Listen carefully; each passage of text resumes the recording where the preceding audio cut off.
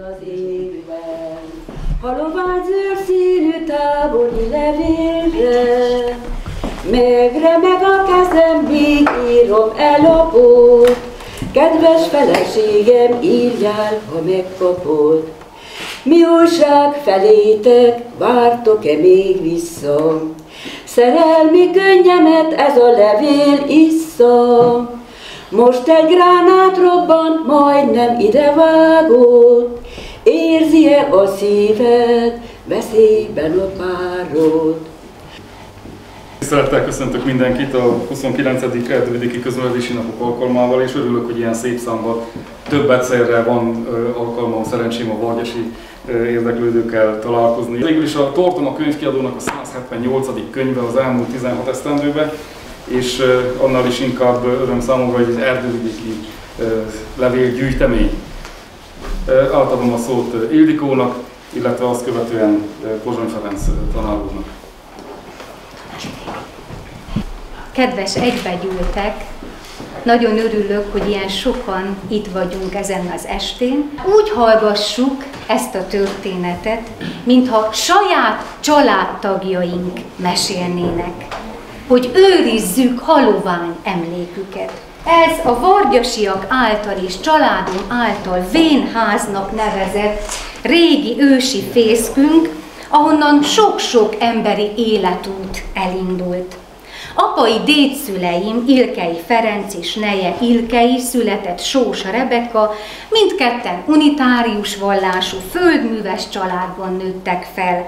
1896. január 23-án kötöttek házasságot, és itt laktak, és ebből a házasságból 6 gyermekük született: Ferenc, Rebeka, Elek, Sándor, Dénes, az én nagyapám, és Péter, aki az első világháború idején 1915-ben született.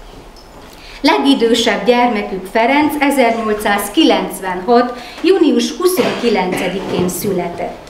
A világháború kitörése az ő életét befolyásolta leginkább, hiszen 1915-ben az akkor 19 éves fiút besorozták, és a háborút végigharcoló ifjú 1918. júniusában az olasz fronton életét vesztette. Hihetetlen intenzitással írja haza leveleit, ahogyan édesanyja írta egyik levelében férjének, akit 1916-ban szintén elvittek a háborúba. Ferenctől minden nap kapunk lapot, sőt gyakran előfordult, hogy egy lap helyett 2 sikeredett, és szinte követeli azokra a választ, melyek érkeznek is kisebb-nagyobb kimaradások után, úgy, ahogy a annyi nehéz körülmény megengedi azok megszületését és megérkezését. A 470 darab levelet ebben a 2 gyönyörűen festett kicsi ládikóban, leveles ládában találtam meg. Ez a 2 láda őrizte családom odafigyelő szeretetén túl. A központi levélíró tehát az ifjú Ferenc, aki édesanyjával, testvéreivel, bajtársaival, barátaival, rokonaival, szomszédaival levelezik. Ám egy gyűjtemény különleges értéke, hogy nem csak a katona által hazaküldött levelek maradtak meg, hanem azok is, amelyeket ő kapott, melyeket gondosan őrizett, várt az otthoniaktól. A levelek, melyeken nehéz, borús időkben ezt jelentették neki. Oly jól esett, mintha nem tudom, mi nagy kincs volna. Ezek itt a vigasztalások, meg mindenek elevelek. Annyira várom kedves soraikat, hisz az nyugtat meg, hogy hogyan vannak, írta Ferenc édesanyjának. A leveleken keresztül megismerkedhetünk ezzel a székely, szerető nagy családdal. A háború útjain egymást követő, nyilvántartó, vargyasi faluközösséggel.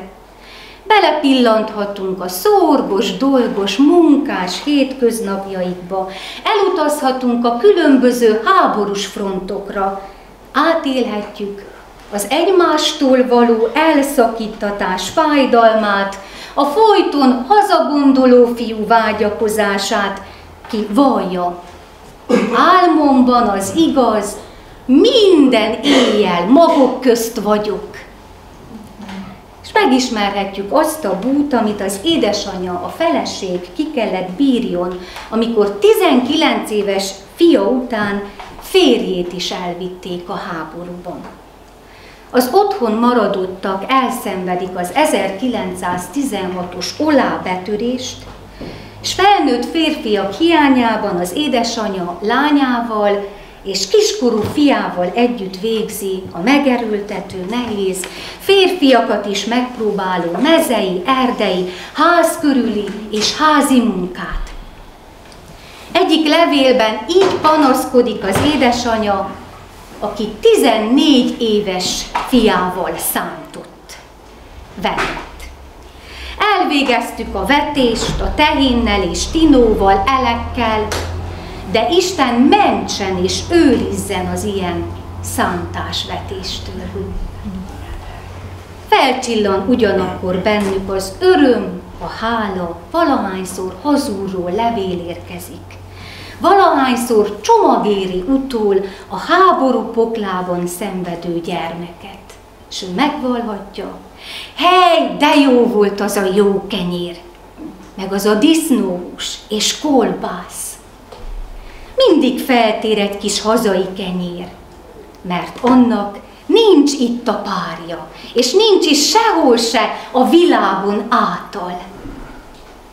Nagy az öröm, amikor a társ, az édesapa 1918 áprilisában hazaérkezik. És végtelen a gyász, amikor érkezik a levél 1918 júniusában a jó gyermek, testvér, barát, szomszéd hősi halált halt a magyar hazáért. Itt láthatjuk a katonaládáját, katonai emléklapját, valamint családi bibliánkat, melybe háborúba induló elődön bejegyzi besorolásának részleteit, hogy mikor kell jelentkezzen és indulni kell a háborúba. A háborúba induló katonáktól búcsút vevő lánytestvér, Rebi, ki ekkor Brassóban szolgált, édesanyjának írt levelében így emlékszik nehéz pillanatokra. Milyen rosszul jött, mikor szegény Ferenc ment el. Kísértem az állomásig, és mennyit sírtunk. És ők nem búsultak, csak mikor a vonat megindult, akkor egy kicsit.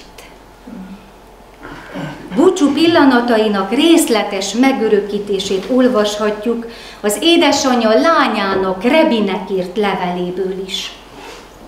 A hozzánk küldött leveledet megkaptuk, melyből olvastuk, hogy szerdán az én jó fiamnak, Ferencnek az elmenetelére kivoltatok, és tudatlak, hogy mi is apáddal együtt és Péterrel levoltunk az állomáshoz, és a pakot odaadtuk, amit vittünk.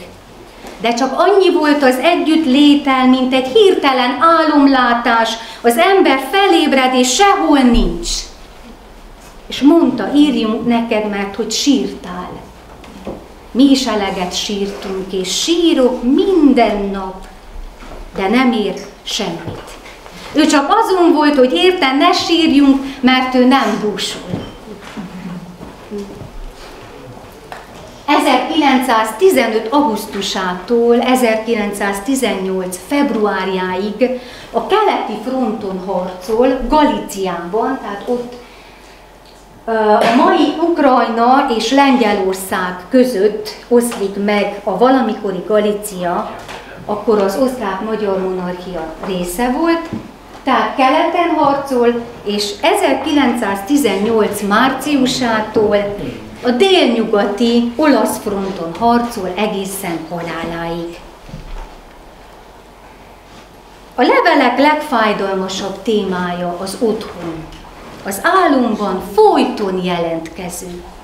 A régi jó családba való hazavágyódás csillapíthatatlan érzésem. Tudatom, kedves anyám, álmomban nagyon sokat látom magukat, ez úgy jól esik, mintha legalábbis igazán úgy lenne. Hely pedig mi messzire vagyunk egymástól. Már alig várom azt a boldog órát, amelyben újra ott legyek kedves otthonunk körében, együtt végezhessük dolgainkat. 1917-ben írta ezt a levelet. És a legnagyobb öröm az ugye az otthonról érkező csomagnak az öröme. Ez jelenti számára, megkaptam a nékem küldött kedves jó kenyerük és a szalonnát, amit igen nagyon szépen köszönöm, az bizony nagyon jól is fog az itt lévő étkezések mellett, mindig feltér egy kis hazai kenyér, mert annak nincs itt a párja, és nincs is sehol se a világon által. 16-ban írta ezt a levelet. Rendszeresen megjelenik a levelekben a szeretett is nagyon hiányzó mezei, erdei munka utáni vágy, az épp aktuális mezei munkával kapcsolatos részletes beszámoló kérése, várása, a közös boldog együttlétek hiánya. Írják meg, Sarjú Lette! 1915. szeptember 29. Egy másik levélben, mi jól szeretnék most én kapálni magukkal. Hisz mikor itt is látom a kapások a mezőn, kívánom, hogy de jól végzik-e kedves munkát. Szülő hazája iránti hatalmas rajongásáról olvasunk már első leveleiben, 1915. december elején írt leveleiben, nagy az öröm, hisz újra magyar földön lehet, gyomormenése véget, kórházba kerül és munkácsra vezénylik. És gyönyörűen írja ebben a levélben, hogy visszaértem a hazámban, és még találkozhatok, remélem a földi életemben magukkal, minél elébb. Hely, még nem is gondolhatják, hogy nekem milyen jó jött nekem, mikor a vonatunk átlépett a Kárpátok közé. Ott iramodott le a hegyek közt velünk egyenes munkácsnak. Jó, és akkor 1916. júliusát követően újabb súlyos gonddal szembesült a család, hiszen az akkor 49 éves édesapát is besorozzák, és valamikor az ősz folyamán be is hívták. 1916. október 29-től a levelek folyásába új színfolt vegyült, hiszen a férj, az édesapa is el kellett hagyja otthonát, és a hazaszolgálatába állt. Előbb Szegedre hívták, majd a déli fronton, Szarajevóban, Boszniában szolgált, és hiába próbálkozott a család, hogy hazaengedjék, csak 1918. áprilisában került erre sor. Végtelen szeretettel íródnak a házastársak között az egymást magázó levelek, mély aggódás bújik meg minden szó mögött, és az érzelmi hangvétel után mindig jön valami egészen kézzelfogható információ a kis gazdaságról, a férj részéről néhány szavas vagy épp hosszas útbaigazítás az otthoni gazdaság viteléről, amelynek terhe teljesen a feleségre, az édesanyára nehezedett. És nagyon két rövid részlet. Szeretett kedves feleségem, Rebi és gyermekeim, kívánlak tudatni benneteket, hogy én a hozzám küldött leveleket megkaptam, megértettem minden tartalmát, de én arra kérlek, édes társam, hogy a búsulással hagyj fel, és egy falás se vesztődjél, mert nincs semminek sükere, csak ahogy lehet éljetek. És a feleség válasza: kedves férjem, tudatom, hogy megkaptam hozzám írt 24. lapját, melyet búval és elkeseredett bánattal kellett, hogy felolvassak, melyből megértettem mindent hogylétiről.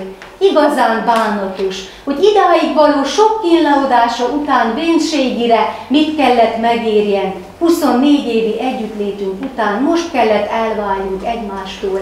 és én is az élet gondjaiba kell, hogy egyedül kínlódjam, és olyan szép, hogy a kicsi Péter, aki 15-ben született, Péter minden nap kiáltja, apám. Családtagokon kívül folyamatos levelezést folytat a különböző frontokon szolgálatot teljesítő vargyasi katonatársakkal, egykori barátokkal, Máté Lajos, Máté Sándor, Máté Péter, Fehér János, Ilkei Albert, Dimén András, Ilkei Sándor, Molnár Lajos, Borbát Albert, Szolga György, Pál János, Ilkei Samu. Szólaljanak meg néhányuk közülük is.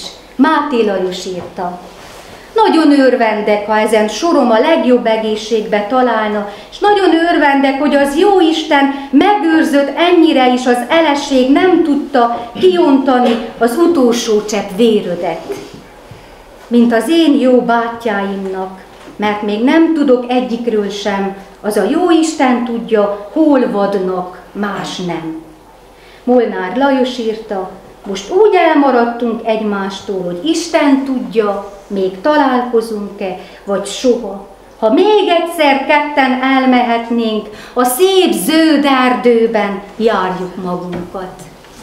1916-ban. Olyan levelet is őrzünk, melyet a frontról küldött haza Ferenc édesanyjának, Molnár Lajos falubeli katona. Róla érdeklődve a levélben, hogy már rég nem írt Ferenc is, vajon mi van velem. Levelezést folytatott néhány itthon maradt jó baráttal is. Imet Samu írja otthonról. De ennek így kellett lenni, elváltunk egymástól. Bízzál Istenben, nem hagy el. Még találkozzunk egymással valamikor, de az csak az Isten tudja, hogy mikor. Itthon most folyik legjobban az aratás, egyéb hírt most nem írhatok. Mióta elmentetek, egészen hangtalan lett az esti élet. Senkit az utcán látni nem lehet, mindenki aluszik, mint télen a medve. Isten segítsen, hogy ne teljék el egy hónap, legyetek ott, ahol legjobban szeretitek.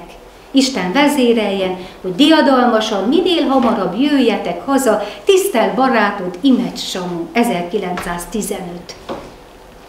Sütő Béla írja otthonról: tudatlag barátom, hogy idehaza elég jó világ van, a mai viszonyokhoz mérten. Minden vasárnap mulatságok vannak. Idehaza van szabadságra Sós János meg Berkán Sándor a kicsike.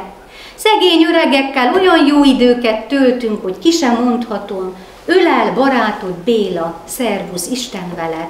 1917-ben, és ezekre a levelekre olyan mérges, hogy miért kell megírjátok, hogy itthon mulattok, inkább ne írnátok semmit, úgyhogy nagyon rengeteg érzelem hullámzik át a leveleken, és megtudjuk azt is, hogy bizony később ez a két jó barát is berukkolt, elment a háborúba, és ők is 1918-ban már ott harcolnak valamelyik fronton. Levelezik keresztanyjával, Angyával, és a viszontlevelek is megvannak ezek az idősebb hölgyektől, és néhány fiatal lánnyal is levelezett, és gondoltam, hogy még egy szerelmi szál is esetleg előbukkan, de csupán rokonság vagy barátság kötötte a lányokhoz: Máté Lidi, Bence Ágnes, Dimén Juliska, Sós Róza, aki így ír egyik levelében: még csak egy kérésem volna az egek urától, hogy végleg szabadságot adnának ti néktek. Szép fiatal életeteket oly messze kell töltenetek idegen földön. Hely Ferenc, mikor jön már el ez a régen várt idő, vagy az a nap, hogy azt mondhatnók, hogy boldogok vagyunk mi fiatalul. 1917.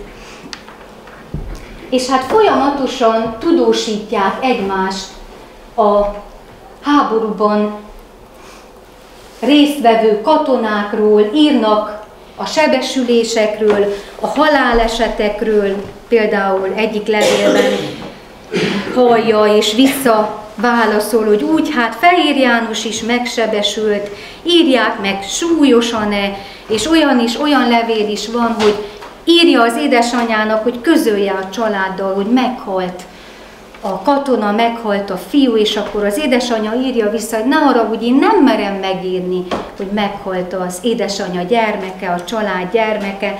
Úgyhogy nagyon-nagyon sok mindent megtudhatunk a falu közösségről is Vargyas, úgyhogy különösen nekünk még egészen más, mint idegeneknek ez a leveles könyv. Nem akarom sorolni, de hogy esetleg belepillantanak, ott láthatják, hogy nagyon sok Vargyasiről hírt ad, hogy elesett, vagy fogságba esett. Itt például 17-ben egy mondat, értem, hogy sütő Ferit az anyja búsulja, nagyon nem tudja, mi van vele, ő jól van. Én minden nap beszélgetek vele. És akkor a levelek, a 470 levél, van közöttük ilyen hosszú, cenzurázatlan levél. Felül oda egy kicsi részen be van írva, hogy idegenek előtt ne olvassák. Ebben megoszt olyan fájdalmas dolgokat, amiket nem mert elküldeni a postai levelekben. Van, hogy csak annyit ír, hogy jól vagyok, jó egészségem van, Isten velünk. 15-ös betegsége idején és sebesülése idején kapja a család ezt az alsó kicsi tájékoztató levelet. A városokról, ahol elhalad, ahol jár, képeslapokat küld. Közben 1916-ban Kolozsváron a Gazdasági Akadémián tanul és géppuskás lesz, tehát azután végig géppuskásként harcol. Itt is géppuskája mellett itt jobb felől a 3 térdelő közül a középső géppuskás katona, 10-es, majd szakaszvezető lesz. Galíciai menekültek itt az alsó képen, és Ploticából küldi a falu téli képét ezzel a mottóval, lássák maguk is, ne csak én lássam mindig. Tehát közben ott van a humor is, ami ugye tudjuk, hogy éltet és bátorít. 1918 márciusától, ahogy mondtam, az olasz fronton szolgál, májusban szakaszvezető lesz, és itt látható 1918. június 4-én szerzett oklevele. Sós Pál 1918. június 10-i levelében még arról tudósítja Ferenc szüleit, hogy tudatom, kedves Ferenc bátyám, hogy 10-én találkoztam Ferenccel és Szolga Mózessel, és jól vadnak ők is. De 10-e után már nem találtam levelet, és arra következtetek, hogy esetleg a második piavei csatában vesztette életét, melyre 1918. június 15-e és 22-e között került sor. És Ilkei Ferenc szakaszvezető több ezer katonával esett itt el, és nem sikerült sokakat azonosítani a nagy harcokban. Éppen ezért egyetlen katonai adatbázisban sem szerepel mind a mai napig. Pedig valahol ott alussza örökálmát, hisz búcsúzni kellett egy csodás, szerető, tisztelettudó, folyamatosan bátorító gyermektől. A 470 levél része az az utolsó 2 levél, melyben Ferenc egy bajtársa közli a szülőkkel a szomorú valóságot, gyermekük meghalt. És valahányszor kezembe veszek egy-egy levelet, valahányszor róla beszélünk, valahányszor a halottak napján gyertyát gyújtunk a vargyasi hősök halottainak emlékművénél, fényképein vonásainkat keressük, hiszem, hogy segítjük őket a hazatalálásban, a hazaérkezésben. És emlékük éltetése nyomán valljuk, csak az hal meg, akit elfelejtenek. Mint ahogy ők is segítenek minket megérteni és megtanulni, hogy a család, az otthon ma is pótolhatatlan, drága helyszíne kell, hogy legyen életünknek.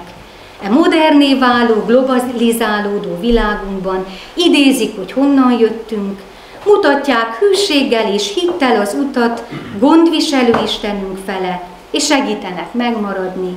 Trianon után 103 évvel is Istenben bízó, áldozatvállaló, egymást tisztelő magyar embereknek. Hát a kis fiacskám megnőtte már nagyra, Tud-e már beszélni, írd meg a levélben. Tudja-e mondani, drága édesapám, még a harctéren is gondot viselsz én rám. Fogd össze kis kezét, ha eljön az este, tanítsd imádkozni haza szeretetre. Csókollak tégedet, fiamat is 100-szor, tábori levelem, én ezzel bezárom. Az első világháborúban résztvevő Ferenc öccse Péter, aki akkor született, amikor Ferenc már besorolt katonaként Brassóban várja a frontra való elindulást. 1939-ben nagyapámmal, Dénessel és Elek testvérével elindultak a II. Világháborúba. Péter nem tért haza. Családom 1964-ig abban a tudatban volt, hogy Péter meghalt a II. Világháborúban, vagy esetleg a fogságban. És akkor érkezik a csodálatos, szenzációs hír, hogy életben van. Úgy mesélte, nem engedték haza, és azzal áltatták, a II. Világháborúban Vargyast teljesen lebombázták. Édesapám az 1965-ös találkozás pillanatait csodás írói adottságával írja meg. Most nem a találkozás, hanem a búcsú pillanatait olvasom a könyvből zárásképpen, és köszönöm, hogy meghallgattak.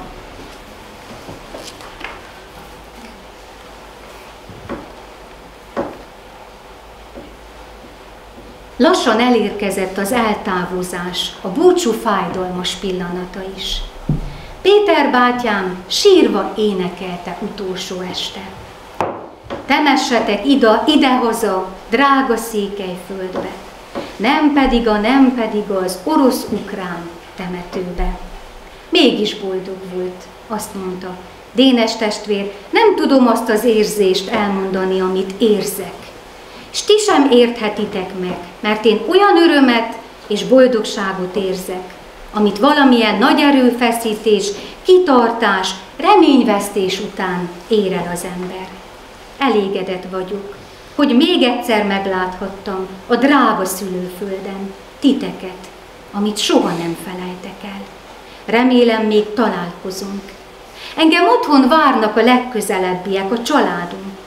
Nagy valószínűséggel idegen földben lesz a sírom. Vannak utódaim, akik gondozzák, és ti legalább tudni fogjátok, hogy hol nyugszom. A Ferenc bátyámnak sajnos még ennyi sem adatott meg.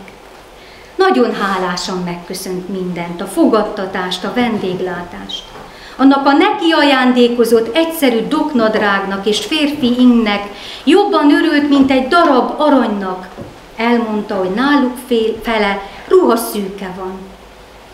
Megcsókolta az öregház ajtaját, megsimogatta a kapufélfát, és könnyes szemekkel elment örökre a Híd utcából.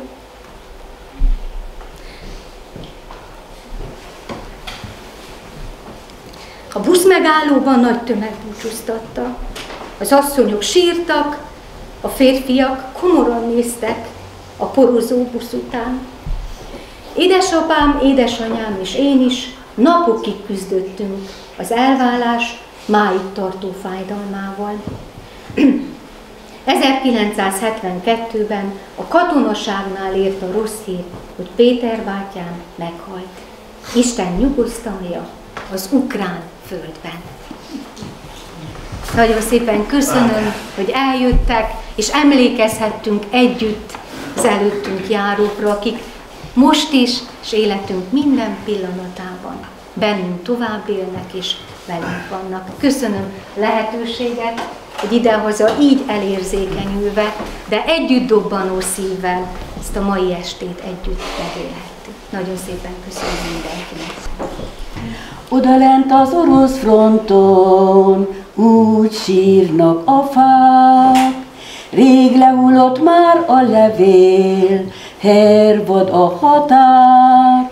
Erős ágyuk dörrenését viszi már a szél. Ékesítő magyar nótám, azzal küldöm én. Felvirágozom a puskám szóronyát, kis falum határán úgy vonulok át. Fiúk fölöttünk az idő lejárt, fiúk fölöttünk elröpült a nyár. Nem látom többé a kicsiny falun, nem látom többé a rácsos kapun. Mondjátok meg, ki majd hazatér, hogy idegen földben pihentem meg én.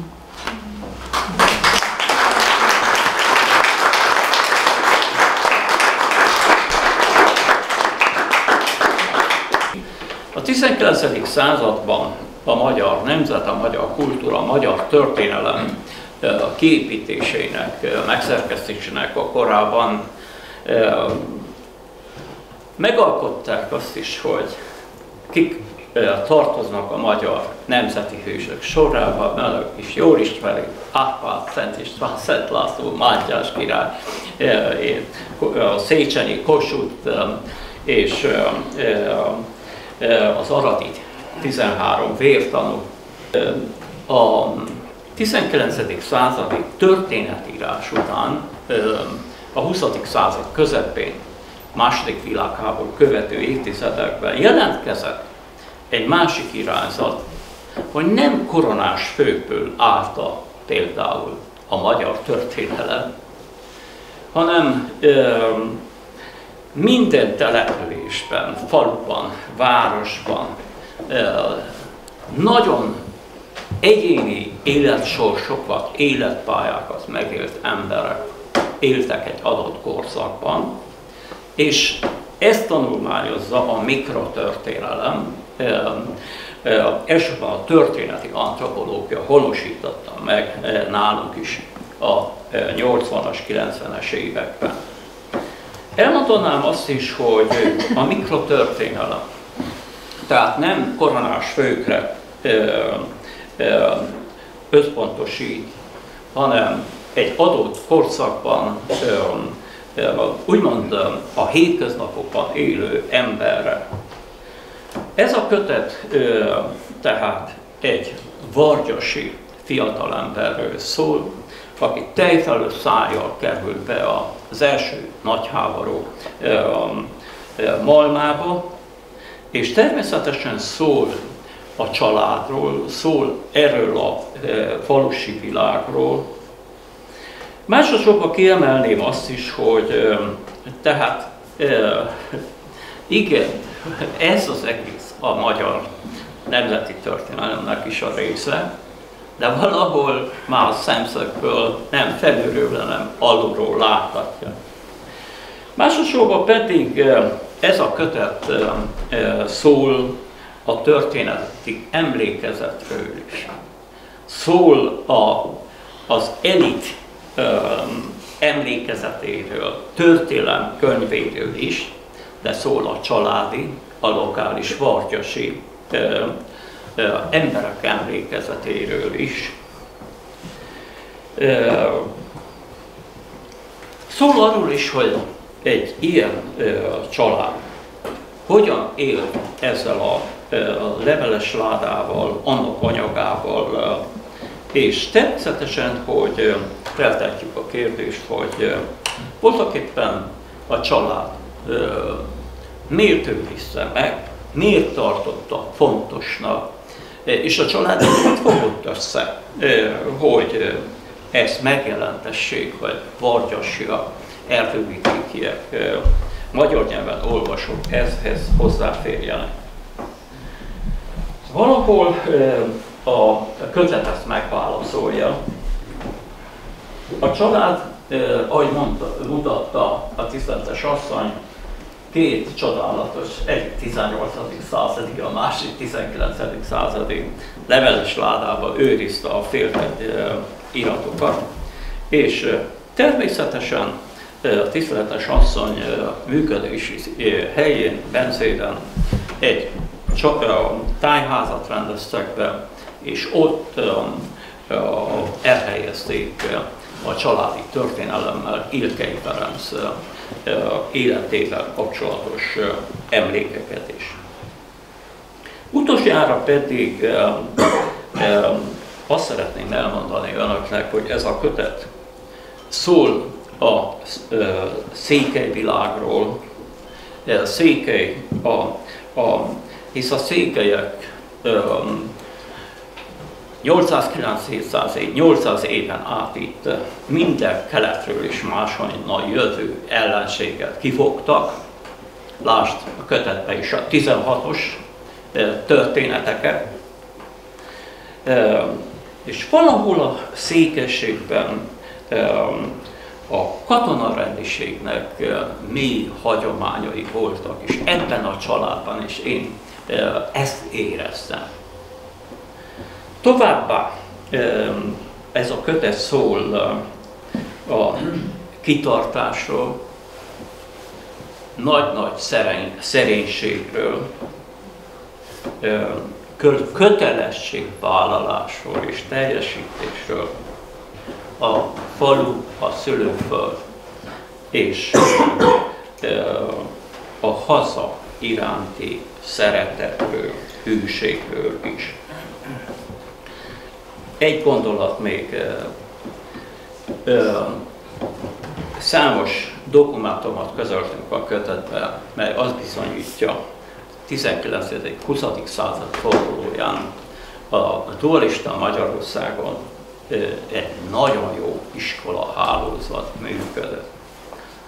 Én 45 évig gyakorló tanár és egyetemi tanár voltam, és mindent kipróbáltam én már életemben, de azt nagyon jól felépítették, nagyon jól működik.